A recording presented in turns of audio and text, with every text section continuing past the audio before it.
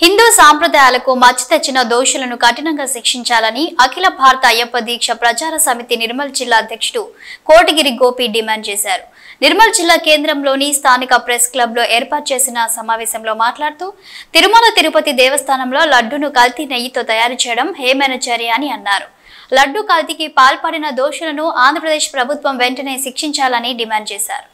హిందూ సాంప్రదాయంలో కూడా ప్రపంచానికే ప్రతీకగా విదేశాల నుంచి ఎంతో ప్రేరణగా శ్రీవారి రచించేటటువంటి ప్రశస్తత ఉన్నటువంటి ఈ ఆలయం మీద మతోన్మాద శక్తులు రాజకీయంగా వెళ్ళి అక్కడ ఉన్నటువంటి తిరుమలగిరిలో ఉన్నటువంటి శ్రీనివాసునికి నైవేద్యంగా నివేదన చేసేటటువంటి లడ్డూ ప్రసాదం లోపల మరి జంతువుల యొక్క కొవ్వులతో మరి ప్రసాదాన్ని అపహాస్యం చేసి అపవిత్రం చేసి స్వామివారికి నివేదన చేసి హిందూ ధార్మిక ఏదైతే భక్తి మార్గంలో ఉన్నటువంటి హిందువులను దెబ్బతీయడానికి సనాతన ధర్మంలో తిరుమలగిరికి ఎంతో చరిత్ర ఉంది. ఆ చరిత్ర దెబ్బతీయాలనే ఉద్దేశంతో మరి ఆ రోజు ఉన్నటువంటి ప్రభుత్వంలో ఉన్నటువంటి నాయకులు తీసుకున్న నిర్ణయాలు చాలా దుర్భేద్యం.